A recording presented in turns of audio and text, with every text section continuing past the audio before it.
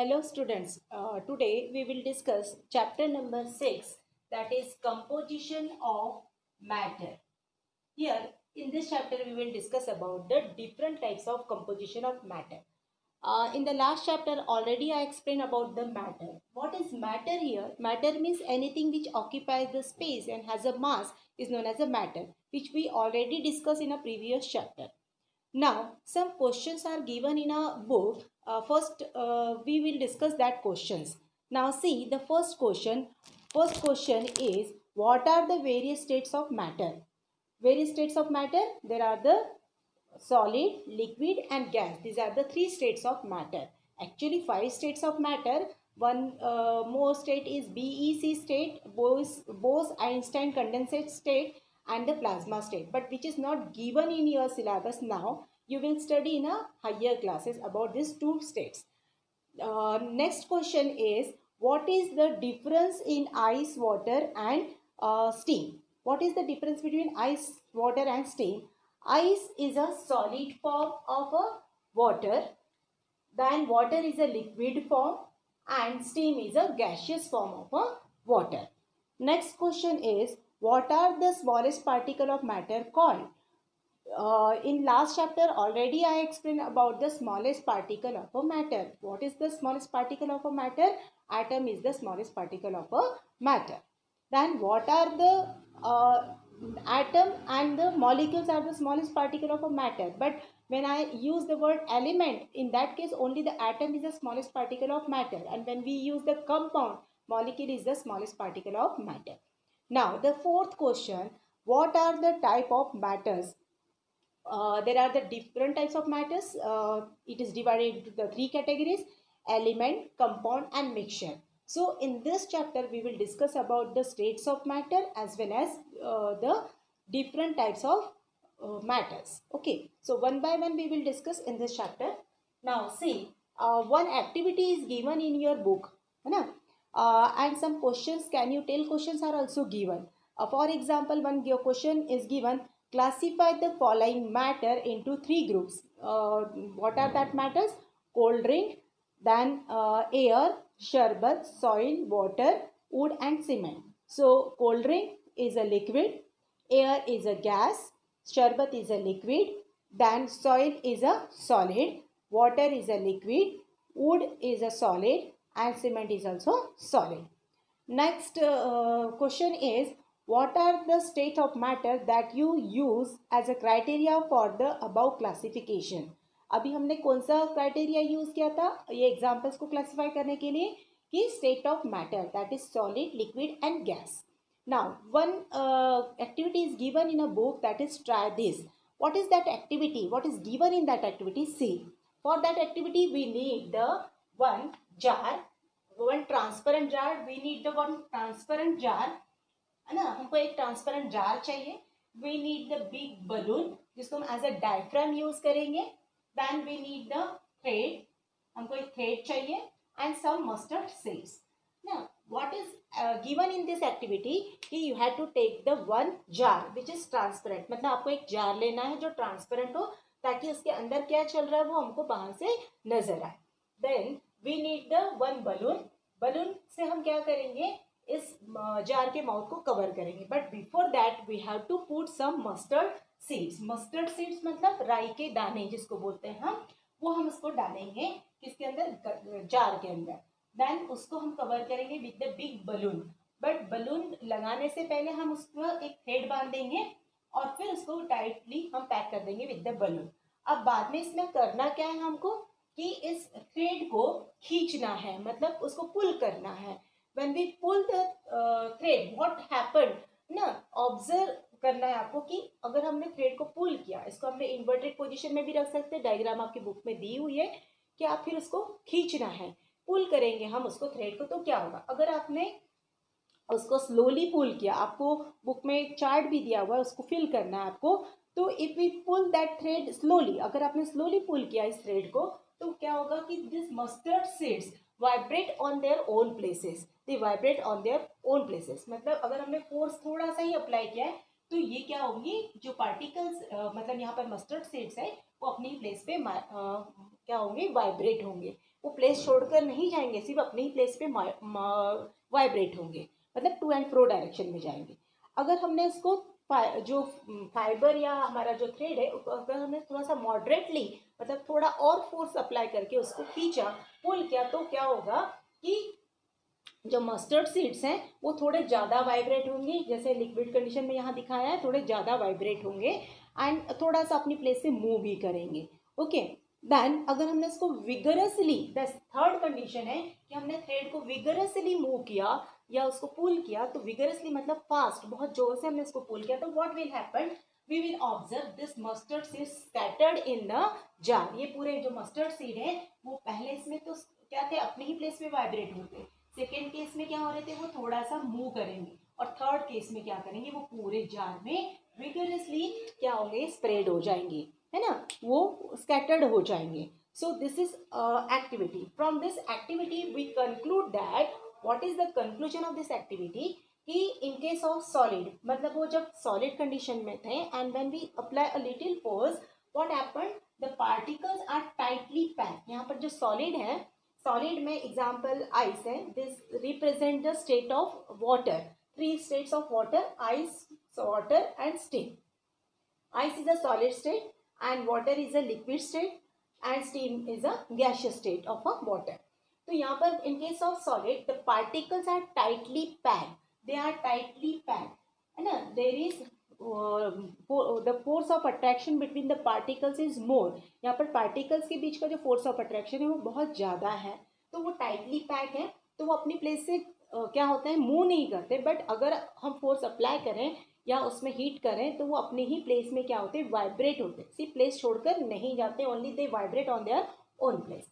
In case of liquid the force of attraction between the two particles, ये दो particle के बीच में जो फोर्स ऑफ अट्रैक्शन है एज कम्पेयर टू सॉलिड कैसा है, लेस है, जिसके कारण वो पार्टिकल्स एक दूसरे से मूव करते हैं, मतलब एक दूसरे से दूर जाते हैं, स्कैटर्ड होते हैं, है ना। फोर्स ऑफ जो अट्रैक्शन है between the particle is more than the less than the solid, ठीक है, तो ये थोड़े से स्कैटर्ड फॉर्म में होते हैं। And in case of gas the force of force of जिसको हम बोलेंगे attraction between the particles are negligible या निग्लिजिबल होते हैं, so they are very far away from each other, they scattered और they are very far away from each other, है ना। तो ये सॉलिड लिक्विड गैस में यहाँ पर फोर्स ऑफ अट्रैक्शन की वजह से यहाँ पर तीन स्टेट्स फॉर्म हुई हैं। यहाँ पर एक चीज याद रखना, force of attraction between the particles and the kinetic energy. Kinetic energy मतलब जो कोई भी चीज़ अगर मूवमेंट में होती है तो उसमें जो एनर्जी होती है उसको बोलते हैं काइनेटिक एनर्जी। तो यहाँ काइनेटिक एनर्जी निग्लिजिबल रहेगी, यहाँ काइनेटिक एनर्जी थोड़ी ज़्यादा रहेगी जिसमें पार्टिकल्स मूव कर पा रहे हैं, देन यहाँ पर काइनेटिक एनर्जी बहुत ज़्यादा रहेगी जिससे पार्टिकल्स एक दूसरे से बहुत दूर जाए। एक एग्जाम्पल हम देखते हैं डेली लाइफ का क्लास में, कि आप लोग जब क्लास चल रहा है, टीचर पढ़ा रही है, मैडम पढ़ा रही है या कोई टीचर पढ़ा रहा है, तो आप क्लास में क्या करते हो, डिसिप्लिन में बैठते हो। अगर आप थोड़ा बहुत हलचल भी करते हैं, कुछ बच्चे हलचल करते हैं, तो वो अपनी ही प्लेस में वाइब्रेट हो रहे हैं, मतलब अपनी प्लेस में ही हलचल कर रहे हैं, वो अपनी प्लेस छोड़कर नहीं जा रहे हैं, तो अपन उसको क्या बोलेंगे, सॉलिड स्टेट। बट जब शॉर्ट रिसेस हो रही है आपकी, तो आप शॉर्ट रिसेस में क्या होते हैं कि इधर उधर मूव करते हो, है ना, या टीचर क्लास से जब चले जाती है तो आप क्या करते हो, क्लास में इधर उधर मूवमेंट करते हो ना, पर आप स्कूल में ही रहते हो, स्कूल कैंपस में ही रहते हो। अगर आप रिसेस में ग्राउंड पे जा रहे हो, खेल रहे हो, तो भी आप स्कूल कैंपस में ही रहते हो, तो this is your liquid state. पहले क्या थी, क्लासरूम में आपकी सॉलिड स्टेट, और जब आप रिसेस हो रही है, आप मूवमेंट कर रहे हो, तो that is your liquid state. और जैसे ही जब फाइनली हमारा जो स्कूल ओवर हो जाती है और जो बेल बजती है, तो उसके बाद क्या होता है कि आप क्या होते हैं, अपने अपने घर जाने के लिए क्या हो जाते हैं, स्कैटर्ड हो जाते हो, है ना, मतलब पूरा आप इधर उधर अपने अपने मतलब अपनी जो क्लास रूम छोड़कर आप अलग अलग प्लेसेस में चले जाते हो या एक दूसरे से दूर जाते हो, that is your gaseous state. मतलब स्कूल ओवर होने के बाद आप गैशियस स्टेट में आ जाते हो। सो यहाँ पर भी सॉलिड, लिक्विड और गैस स्टेट में पार्टिकल्स जो है वो उसी तरीके से यहाँ पर आपको फोर्स ऑफ अट्रैक्शन के कारण नजर आते हैं। Now see some characteristics, we will discuss some characteristics of state of matter here. हम कुछ यहाँ पर कैरेक्टरिस्टिक्स डिस्कस करने वाले हैं ऑफ स्टेट ऑफ मैटर। यहाँ स्टेट ऑफ मैटर की कुछ कैरेक्टरिस्टिक आपको एग्जाम में भी ये टेबुलर फॉर्म में लिखने के लिए आता है, 5 मार्क्स का क्वेश्चन आता है, तो आप तब भी आप क्या करेंगे, ऐसे टेबुलर फॉर्म में इसको लिखेंगे। यहाँ पर जो है फिजिकल स्टेट ऑफ मैटर, हमारे पास 3 फिजिकल स्टेट है. One is a solid, second one is a liquid, and third one is a gaseous. Then a characteristics here, there's some characteristics. One by one we will discuss the characteristics of a solid state of matter. First characteristic is fluidity, plasticity, rigidity and elasticity. Fluidity मतलब flow होने की capacity. Plasticity मतलब जो hard है, then जिसमें flexibility भी हो सकती है ना. देन रिजिडिटी मतलब जो बहुत ही ज़्यादा रिजिड है, एकदम हार्ड है, जो बिल्कुल कॉम्प्रेस नहीं हो सकता, जो स्टफ है, हार्ड है ना. For example like a duster, ये जो डस्टर है मेरे पास, ये कैसा है, रिजिड है, हार्ड है, इसको हम दबा रहे तो भी वो दब नहीं रहा, अपना शेप चेंज नहीं कर रहा है, तो दिस इज रिजिडिटी, सॉलिड है एकदम. ठीक है. तो एंड इलास्टिसिटी मतलब फ्लेक्सिबल, जो मुड़ सकता है, इजीली बेंड हो सकता है, अपन बोलते हैं फ्लेक्सिबल. जैसे रबर है, हम इसको स्ट्रेच कर सकते हैं, ये पेन है, इसको मैं स्ट्रेच नहीं कर सकती, it is not a flexible. But अगर रबर है, वायर है, तो हम उसको मोड़ सकते हैं, दैट इज फ्लेक्सिबल. तो यहाँ पर फर्स्ट पॉइंट डिस्कस करेंगे in solid liquid gas, comparatively discuss करेंगे हम, और it is very easy to memorise when we study the in a comparison. Solid rigid हो सकते हैं, अभी जैसे मैंने बताया कि this is a pen, it is a solid, it is rigid. Then plastic, solid आपको पता है कि प्लास्टिक है, पॉलीथीन है, वो भी सॉलिड है, बट इसमें प्लास्टिसिटी होती है. Elastic, rubber is a solid but वो इलास्टिसिटी होती है. दैन लिक्विड, लिक्विड जो होता है, लिक्विड कैसे होते हैं, फ्लूइड होते हैं, बिकॉज यहाँ पर फोर्स ऑफ अट्रैक्शन क्या होता है, कम होता है, तो वो इधर उधर फ्लो हो सकता है. तो लिक्विड में फ्लूइडिटी होती है, मतलब वो फ्लो होने की कैपेसिटी. गैस, इसमें भी फ्लूइड, ये भी फ्लूइड होते हैं, दे आल्सो मूव, है ना, और they can, the particles are scattered, they move away from each other, so they also show the fluidity. ये फ्लूइड होते हैं. Next is the volume. In case of solid they have a definite volume, definite volume होता है ना. जैसे अभी मैंने बताया कि ये मेरे पास डस्टर है, इसका एक डेफिनाइट वॉल्यूम है. जब हम इसको किसी चीज़ पे रखेंगे, सरफेस पे, तो ये एक डेफिनाइट क्या करता है, जो स्पेस ऑक्यूपाई करता है, तो इसका एक डेफिनाइट वॉल्यूम होता है. ठीक है. एंड जो लिक्विड होते हैं, इसका भी डेफिनाइट वॉल्यूम होता है, बट गैस का कोई डेफिनाइट वॉल्यूम नहीं होता है, दैट इज इनडेफिनाइट ना. अब फॉर एग्जांपल हम लेते हैं कि अगर मैं बोल रही हूँ लिक्विड का वॉल्यूम की बात करते हैं, तो सॉलिड में तो डेफिनाइट वॉल्यूम है, उसका उसका मास है, उसको वेट है ना, शेप है. देन इसमें लिक्विड में अगर वॉल्यूम की बात कर रहे हैं, तो suppose I have a container which is in a, यहाँ पर मैं डायग्राम ड्रॉ कर रही हूँ कि अगर जैसे ये एक जार है, ये कंटेनर है, अब इस कंटेनर में मैंने कोई लिक्विड डाला, तो वो लिक्विड सपोज 1 लीटर है ना. ये अगर लिक्विड जो है 1 लीटर है, तो इसका वॉल्यूम कितना हो गया, 1 लीटर.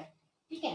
तो उस लिक्विड का अगर मैंने वॉल्यूम कितना हुआ इसका, 1 लीटर, यानी मैंने एक 1 लीटर मिल्क लिया, तो मैंने इसको इस जार में डाला, तो वो उसने क्या किया, उस जार का शेप लिया, बट उसका जो वॉल्यूम है 1 लीटर है. अगर मैंने इसको दूसरे किसी एक बड़े कंटेनर में डाला, ऐसे बड़े से एक सिलेंड्रिकल कंटेनर में डाला, तो उसका वॉल्यूम चेंज नहीं होगा, वो 1 लीटर ही रहेगा. इसमें भी डालेंगे तो भी वो 1 लीटर ही रहेगा, मतलब वॉल्यूम यहाँ पर चेंज नहीं हो रहा है. इसका मतलब क्या है, वो डेफिनाइट है. आप किसी भी कंटेनर में एक 1 लीटर मिल्क को ट्रांसफर करेंगे, तो भी वॉल्यूम उसका कैसे रहेगा, डेफिनाइट रहेगा. Next is the gas. Gas is a indefinite, because ये जिस कंटेनर में डालोगे, उस कंटेनर का पूरा जो स्पेस है वो ऑक्यूपाई कर लेगा, मतलब वहाँ पर कोई डेफिनाइट उसका वॉल्यूम नहीं है, that is indefinite. Next point है शेप, है ना. सॉलिड जो है वो डेफिनाइट शेप के होते हैं. जैसे अभी मैंने बताया ये डस्टर है, इसका डेफिनाइट शेप है, ये पेन है, इसका डेफिनाइट शेप है. Why, because the particles are tightly packed, तो अपने पार्टिकल्स का वो शेप नहीं चेंज कर रहे हैं या पोजीशन नहीं चेंज कर रहे हैं, इसीलिए सॉलिड कैसे होते हैं, डेफिनाइट शेप के होते हैं. लिक्विड ये इंडेफिनाइट शेप का है. लिक्विड अभी जैसे मैंने बताया था कि अगर ये ऐसे जो ब्रॉड थोड़ा सा जार है, तो अगर मैंने इसमें लिक्विड डाला तो वो उस का शेप ले लेगा. अगर ये सिलेंड्रिकल जार है और मैंने सिलेंड्रिकल जार में अगर वाटर को डाला, तो वो उसका शेप ले लेगा. जैसे हम लोग समर में आइस क्यूब जो होते जब आते हैं, तो हमारे पास आइस ट्रेस होते हैं, वो डिफरेंट शेप के होते हैं. तो हम जिस शेप के आइस ट्रे में वाटर डालते हैं, फ्रीज होने के बाद जब वो सॉलिड होता है, तो वो उस कंटेनर का शेप ले लेता है. मतलब यहाँ पर क्या है शेप कैसा है उसका, लिक्विड का जो शेप है वो इनडेफिनाइट है. In case of gas also they occupy the shape of that container, मतलब they take the position of that container, तो वो कैसे हो गया, इनडेफिनाइट हो गया. नेक्स्ट है कॉम्प्रेसिबिलिटी. अब कॉम्प्रेसिबिलिटी का मतलब होता है कॉम्प्रेस करना, मतलब उसको दबाकर देखना, है ना, कॉम्प्रेस करना. कॉम्प्रेस है ना जब हम उसको प्रेस करते हैं. अब देखो ये मेरे पास ये सॉलिड है, मैं इसको कॉम्प्रेस कर रही हूँ, दबा रही हूँ, या ये पेन है इसको मैं दबा रही हूँ, तो ये कॉम्प्रेस हो रहा है क्या, दब रहा है क्या, नो, है ना. तो यहाँ पर जो इन केस ऑफ सॉलिड है, कॉम्प्रेसिबिलिटी कैसी है उसकी, निग्लिजिबल है. निग्लिजिबल है ना, बिल्कुल नहीं के बराबर है ना, दबेगा ही नहीं. ठीक है, तो ये निग्लिजिबल है. ठीक है, कॉम्प्रेसिबिलिटी. बट ये it is not applicable for all the solids. For example, अब ये जो डस्टर है, डस्टर का ये वाला जो पोर्शन है, इसमें क्या लगा हुआ है, स्पंज लगा हुआ है. तो मैं अगर इसको स्पंज को दबा रही हूँ, प्रेस कर रही हूँ, कॉम्प्रेस कर रही हूँ मतलब प्रेस कर रही हूँ, तो वो थोड़ा सा दब जाता है. And when we release the pressure, when we apply the pressure, it compresses. when we release the pressure, it gain its original shape. आपको पता है स्पंज को जब हम दबाते हैं, जैसे see this is the sponge, ये मेरे पास एक स्पंज है. अभी आपको ये दिख रहा है, अगर मैं इसको कॉम्प्रेस करूंगी, इसको मैं दबाऊंगी, तो ये मैंने इसको दबा दिया, तो इसका ये क्या हो गया, इसका शेप चेंज हो गया. when I release the pressure, it gain its original shape. तो ये सॉलिड है क्योंकि इसको डेफिनाइट वॉल्यूम है, तो ये सॉलिड है. बट इसमें कॉम्प्रेस हो सक रहा है, बट किसमें exceptional case is there, like a sponge. And why it compress because it is made up of the different so many pores, इसमें पोर्स है. और जब हम इसको कॉम्प्रेस करते हैं तो इसके अंदर जो पोर्स है उसमें एयर भरी होती है, वो एयर निकल जाती है, तो ये एयर निकल जाती है तो ये दब जाता है. और जब हम इसको छोड़ते हैं तो एयर फिर से अपने पोर्स में एंटर होती है और वो पोजीशन ले लेती हैं, तो जिसके कारण ये फिर से अपना ओरिजिनल शेप में आ जाता है. तो this is the very important. कई बार आपको एग्जाम में क्वेश्चन आता है कि though the sponge is a solid but it is compressible, why, give reason. At the time you have to explain this reason जो मैंने अभी आपको बताया. नेक्स्ट यहाँ पर है, नेक्स्ट है हमारा लिक्विड, है ना. यहाँ पर जो कॉम्प्रेसिबिलिटी है लिक्विड में वेरी स्मॉल, बहुत ही कम कॉम्प्रेस, जो लिक्विड है वो भी कॉम्प्रेसिबल नहीं होते हैं. very small compressibility we observe. But in case of gas, we observe the high compressibility. यहाँ पर जो compressibility है वो कैसी है, high.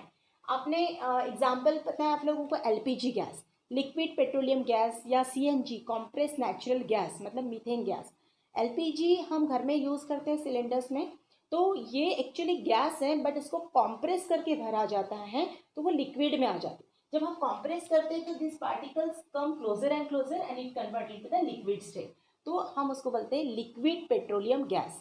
और जैसे हम जब उसको प्रेशर से सिलेंडर में भरा जाता है तो वो लिक्विड में आता है. और जब सिलेंडर के ऊपर जो रेगुलेटर लगा है, when we switch on the regulator और when we on the regulator, what happen, pressure release हो जाता है. तो प्रेशर रिलीज हो जाता है तो फिर से पार्टिकल्स दूर जाने लगते हैं and it convert into the gaseous state. ठीक है, तो ये एक एलपीजी एग्जांपल हो गया कॉम्प्रेस नेचुरल गैस का, जो कॉम्प्रेस करके भरी जाते हैं.